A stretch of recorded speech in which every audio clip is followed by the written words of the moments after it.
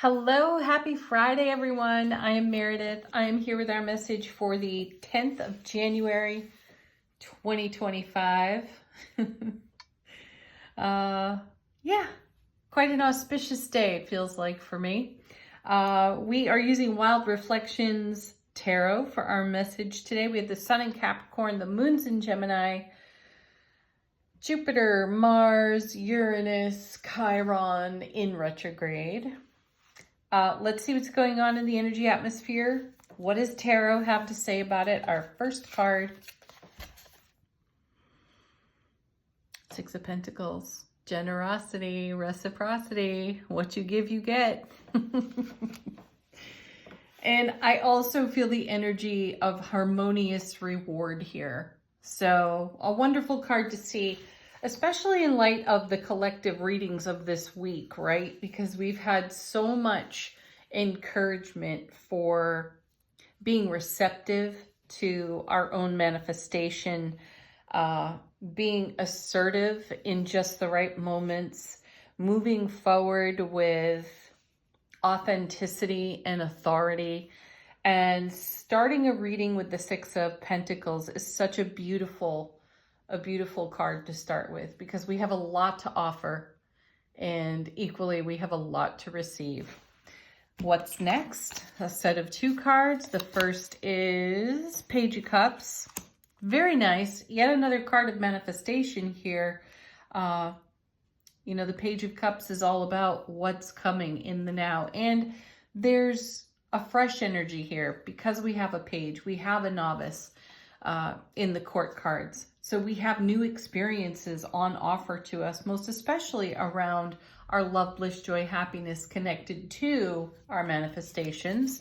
And then we have the Eight of Cups. Wow. Add these two together, you get the Nine of Cups, which I think we've seen a couple of times this week. So Eight of Cups, you know, this for me intuitively as a tarot reader, this is a card about momentum around spiritual journey work that we've done through eclipse seasons. So we're looking back to the fall and the spring and perhaps even the fall previously, right? For everything we set in motion around the eclipses. So there's momentum for all of that life journey investment. Next, we have the Hermit. Oh, nice. An enlightened quest. That's what I feel. You know, this card is a message about a quest beckoning. And I feel like this is even our posture here. Take a look at that card really well. You know, blow it up on your screen if you can. And look at the peacefulness. Look at the happiness there, the calm, the centered, the grounded energy. And it reminds me of active receptivity and simultaneously a little bit of stillness. It feels like divine alchemy. Being a witness to divine alchemy is what I'm getting here. Next set of three cards. So be awake, aware, and alert to your environment. There are signs everywhere vying for your attention so that you will notice. It's the way the universe is speaking. And I feel like the universe is giving us a great message in connection to everything we're nurturing in heart, mind, soulful presence, coherence. Then we have Page of Pentacles. Excellent card. So we have the Page of Cups and the Page of Pentacles. We have abundance. We have great love. We have great love, bliss, joy, and happiness in our ripple effect. We have momentum from dreams set in motion around eclipse season. We've got generosity, reciprocity, and we are centered, grounded, awake, aware, alert in our enlightened quest here. Gorgeous energy. Paired with the Strength card. Hello, Leo. Excellent. Courage, the courage to be vulnerable with ourselves. For example, I had a very challenging exchange with two family members this week. And I'd like to say that I handled that with grace. I didn't. And I've had to courageously be vulnerable with myself and the resulting feelings that processed through that experience. And I'm sharing this because I think it's something that's pretty common for us, for all of us within humanity, in that we can be met with challenging circumstances or a challenging exchange with other folks. And on the other side of it, and through reflection, what a great tarot deck to be using then, right? Wild reflections. In reflection, we can allow our ego to tell a story about the factual events so that we come out on top, so that we come out feeling justified or right or whatever. And to be courageously vulnerable is to take responsibility for yourself and everything you may have said and done. And so I could have been more graceful. I could have taken a breath. And I didn't. I trust, though, that everything happens for us, for our highest and greatest benefit. So it gave me an opportunity to be courageously vulnerable with my own feelings and be really raw and authentic around it. So it's a gift. That's why I'm making the effort to share this with you. The details don't exactly matter. It's really that we all at one time or another find ourselves in a circumstance where we would like to revise the moment. And the ego's really good at justifying our revisions. And that's bullshit. That's not necessarily truth.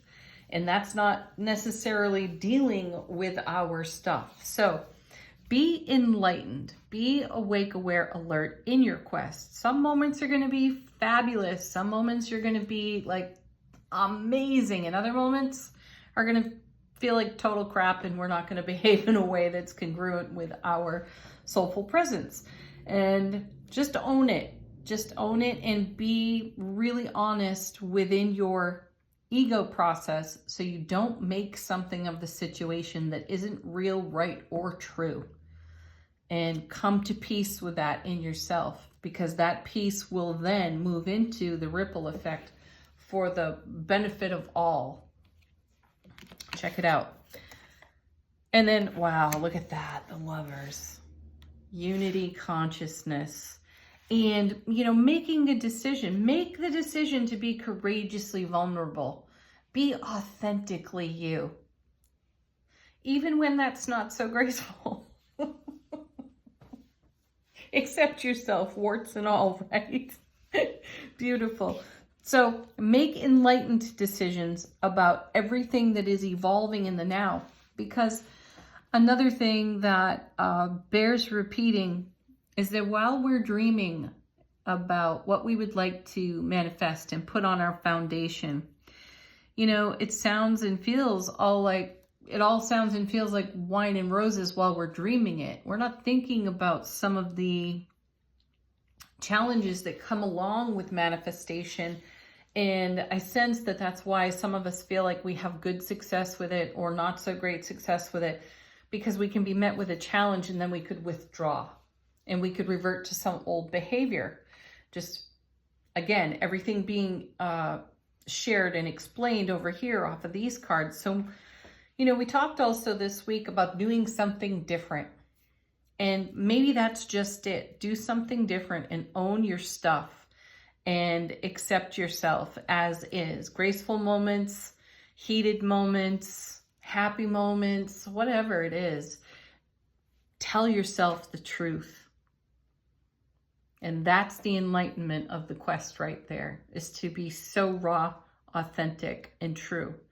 And when you get to take another pass at a situation that was challenging to begin with, you'll likely find that it settles out really easily, and peace and calm will again reign, right?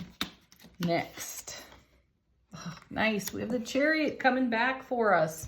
Excellent. So we're going to move through everything with dynamic energy. and a swiftness of the energy. I feel when we see the Chariot, there is a quickening of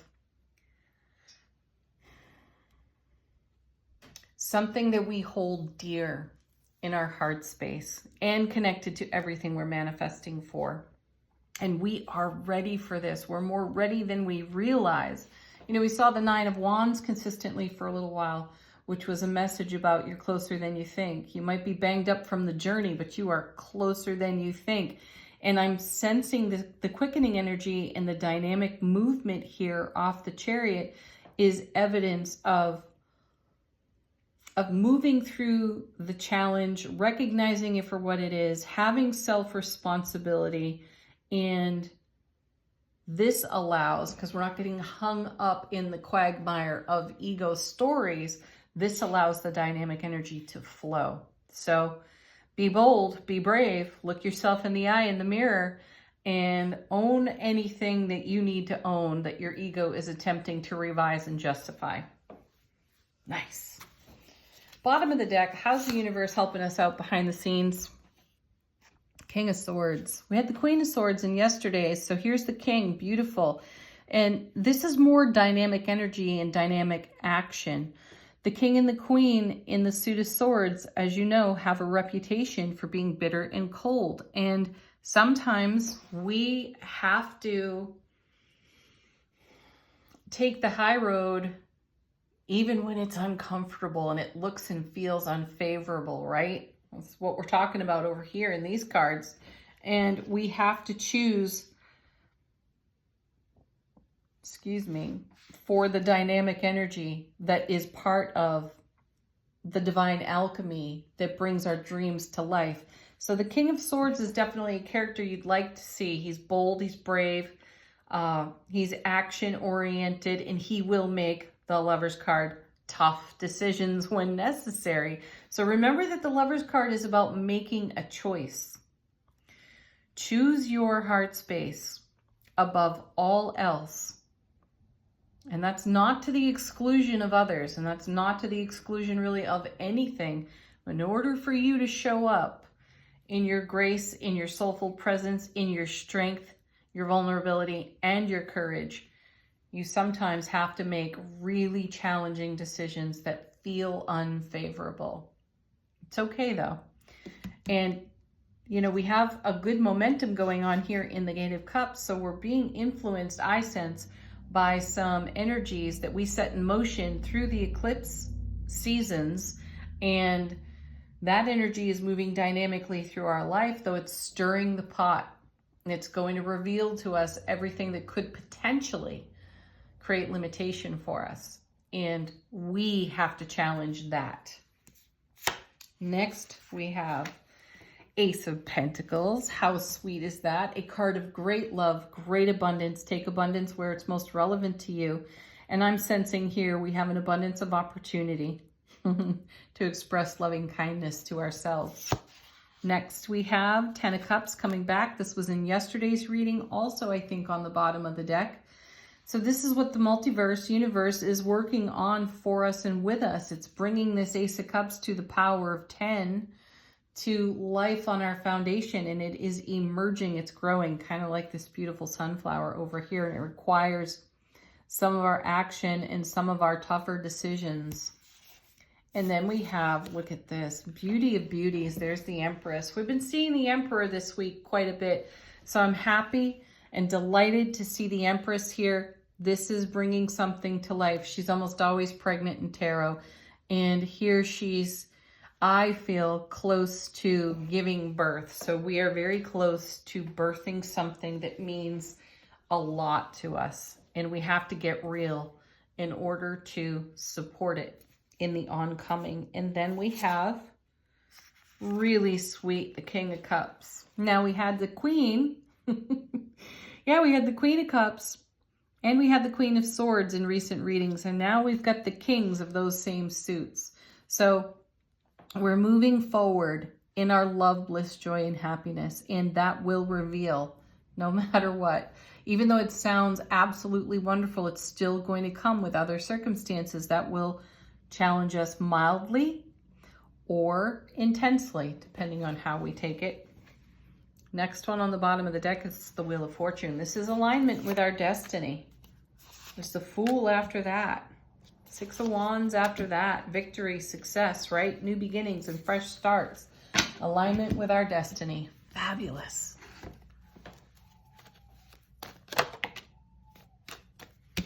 Angel answers. A message from your own guides, angels, ancestors. Answers to questions you may have in the now. First card falling out is peaceful resolution. How fantastic. So whatever gets stirred up within the day, whatever gets stirred up, challenges us, engages our ego, and, you know, gets the ego all fired up to start telling a justified story or revising details so that we feel more comfortable. Remember, peaceful resolution can be found in our authenticity. Challenge the ego back, right? Ask your angels for assistance.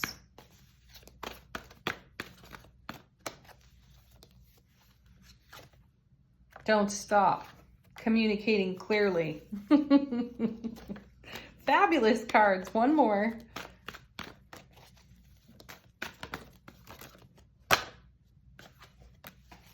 And our emphatic yes. I like that. I like that a lot, actually. Yes. Final word on our reading today from angels and ancestors. How is our soulful presence? Oh my goodness. Informing our waking consciousness. This one's flying out of the deck on its own. Great teacher, learn from spiritual experiences. Yeah, you know what's so beautiful about this? As we talk about meeting our own challenges, meeting our own ego voice, witnessing our egos wanting to revise history. Use your spiritual experience here. Invest in yourself and be your own great teacher in the moment. What would a great teacher say to you? If this were happening, consider it. Have the best Friday ever. Have a beautiful weekend, everyone. Thank you as always for joining me. Peace, love, joy. Namaste.